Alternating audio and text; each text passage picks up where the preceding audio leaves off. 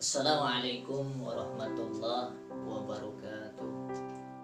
A'udzu billahi minasyaitonir rajim. Bismillahirrahmanirrahim. Alhamdulillahi rabbil alamin. Allahumma shalli ala sayyidina Muhammad wa ala ali sayyidina Muhammad sallallahu alaihi wasallam. Sahabat yang selalu dirahmati oleh Allah Subhanahu wa taala, pertama-tama marilah kita senantiasa bersyukur kehadiran Allah Subhanahu wa taala yang dimana selalu memberikan nikmat fitrah dan sebagainya kepada kita semua. Sholawat serta salam semoga selalu terlimpahkan pada junjungan kita Sayyidina Nabiyullah Muhammad sallallahu alaihi wasallam. Sahabat yang dirahmati oleh Allah Subhanahu wa taala, pada kesempatan kali ini saya ingin berbagi satu wawasan yang insya Allah sangat bermanfaat bagi kita semua. Wawasan apa itu? Yaitu tentang bagaimana cara kita mendeteksi adanya jin di tubuh kita. Dan cara ini bisa dilakukan oleh tiap-tiap individu, baik di rumah atau di jalan, di warung, di masjid atau dimanapun tempat. Itu bisa kita praktekkan selama alatnya ada dan kita bisa melakukan itu. Syaratnya bagaimana?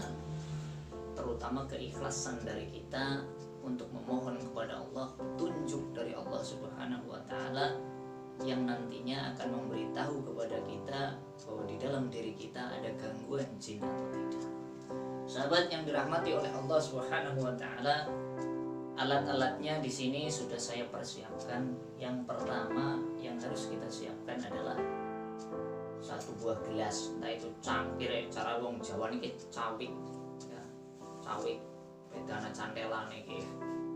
Nah, ini gelasnya, yaitu satu buah gelas lah intinya. Kita siapkan. Yang kedua adalah garam. Tapi ini adanya di rumah saya adalah garam halus. Kalau yang bagus itu biasanya kita harus pakai garam yang kasar, garam yang besar-besar. Cara wong Jawa ke garam krosok, uyah krosok Jawa, ya uyah krosok. Regane murah tapi manfaat daripada garam yang halus. Garam.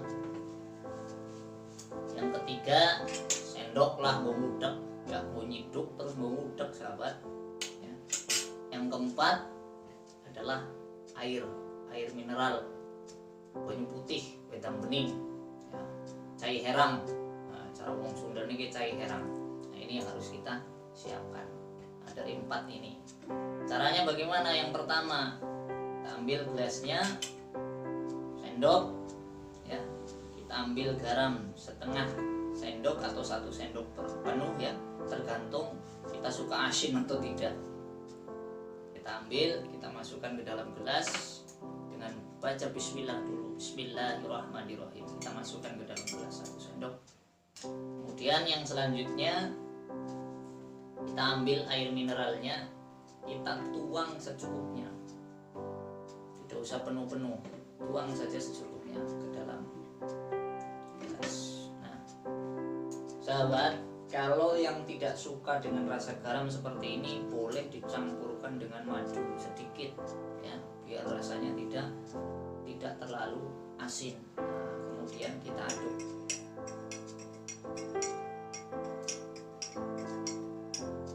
Nah, setelah kita aduk, kita taruh sendoknya. Kemudian yang selanjutnya bagaimana? Kita pegang gelas ini, kemudian kita bacakan, ya, surat-surat yang harus kita baca. Yang pertama apa? Surat Al-Fatihah. Baca surat Al-Fatihah sebanyak 3 kali. Kemudian tiupkan ke dalam air yang ada di dalam gelas. Begitu juga nanti surat-surat yang lain. Setelah membaca surat tersebut, tiupkan ke dalam gelas. Yang pertama surat Al-Fatihah baca 3 kali. Yang kedua surat Al-Ikhlas baca 3 kali. Yang ketiga surat Al-Falaq baca 3 kali. Surat An-Nas baca 3 kali. Dan yang terakhir Ayatul Kursi baca sebanyak 17 kali. Setelah selesai, kemudian tiupkan ke dalam air. Setelah kita tiupkan ke dalam air, kemudian kita memohon kepada Allah Subhanahu wa Ta'ala dengan pikiran yang jernih, pikiran yang tenang, hati yang ikhlas, memohon kepada Allah Subhanahu wa Ta'ala. Bagaimana doanya? Yang pertama, kita bacaan ta'awud dulu sebelum berdoa. A'udzu billahi syami'il 'alim minasy syaithanir rajim. Bismillahirrahmanirrahim. Alhamdulillahi rabbil alamin. Allahumma shalli ala sayyidina Muhammad wa ala ali sayyidina Muhammad kama shallaita ala sayyidina Ibrahim wa ala ali sayyidina Ibrahim wa barik ala sayyidina Muhammad wa ala ali sayyidina Muhammad kama barakta ala sayyidina Ibrahim wa ala ali sayyidina Ibrahim fil alamina innaka Hamidum Majid. Ashhadu an la ilaha illallah wa ashhadu anna Muhammadar Rasulullah. Ya Allah, iyyaka na'budu wa iyyaka nasta'in. Kemudian setelah membaca ayat iyyaka na'budu wa iyyaka nasta'in, memohonkanlah kepada Allah Subhanahu wa Ta'ala dengan hati yang ikhlas. Ya Allah, dengan segala ridha dan kuasa-Mu, dengan media air yang telah hamba bacakan ayat-ayat dan kalimah-kalimah-Mu, tunjukkanlah, beritahu kepada hamba apabila di tubuh hamba ada gangguan jin yang merasuk ke dalam tubuh hamba. Amin, amin ya rabbal alamin. Kemudian yang terakhir bacakan la haula wala quwwata illa billahil aliyyil azim. Tiupkan ke dalam airnya. Kemudian kita minum airnya. Syukur-syukur airnya ini sampai habis ya, kita minum. Nah, setelah kita minum airnya, tunggulah kondisi tubuh kita. Biasanya setelah kita minum, kalau ada gangguan dari jin di tubuh kita, maka akan timbul beberapa reaksi. Yang pertama, biasanya terjadi adanya sakit kepala. Biasanya langsung terjadi. Itu biasanya setelah minum signifikan langsung terasa. Sakit kepala itu pasti terjadi. Yang kedua, adanya sakit di satu titik yang tidak menyebar. Contohnya kalau sakit di tangan sebelah kiri, di pergelangan, ya hanya di pergelangan saja, tidak menyebar kemana-mana. Biasanya hanya ada di satu titik, itu terasa sakit sekali. Yang ketiga, itu adanya rasa panas dan dingin di tubuh, sampai kita mengeluarkan keringat dingin. Panas dan dingin di tubuh sampai kita mengeluarkan keringat dingin di punggung. Yang keempat, biasanya mual. Rasa mual itu muncul dari dalam perut kita. Mual serasa ingin muntah dan serasa apa isi perut kita itu ada di tenggorokan. Mual. Dan cairan mual tersebut yang sampai ke tenggorokan, sampai di lidah itu terasa ada lendir yang asin.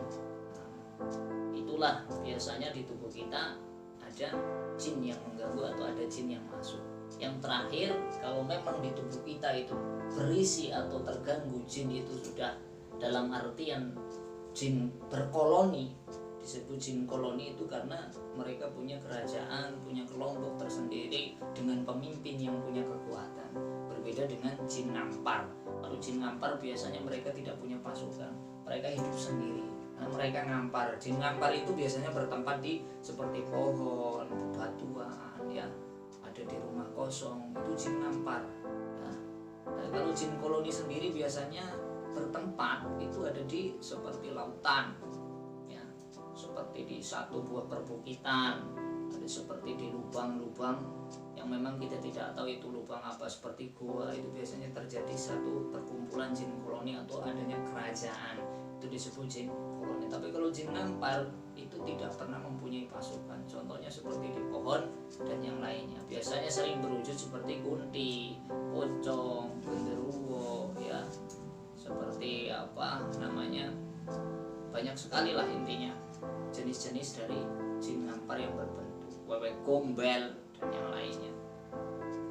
Biasanya kalau banyak sekali di tubuh, setelah minum air ini itu akan terjadi seperti gelap di mata kita, bahkan kita terkadang sampai seperti orang yang mau pingsan. Sahabat yang dirahmati oleh Allah Subhanahu wa taala, kalau memang hati kita ikhlas menjalankan ini semua, Allah pasti akan berikan petunjuk kepada kita.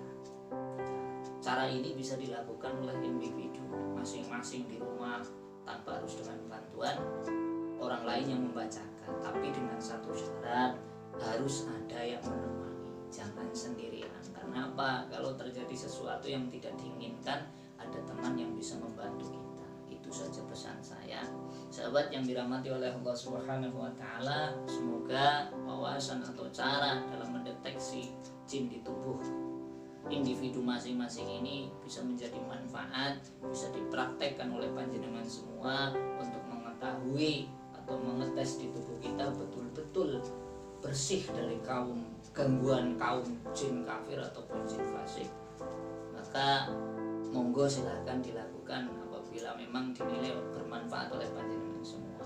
Insya Allah saya sendiri sudah sering melakukannya di rumah. Untuk saya, keluarga saya sudah sangat sering melakukan hal ini. Alhamdulillah tidak ada terjadi gangguan apapun. Makanya saya berbagi wawasan ini agar kita semua terbebas dari gangguan sihir, jin fasik ataupun jin kafir.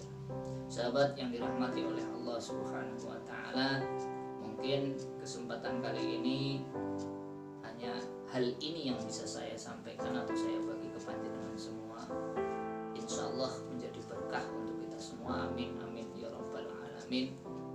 Akhirul qawli usikum wa nafsin bitaqwallah. Assalamualaikum warahmatullahi wabarakatuh.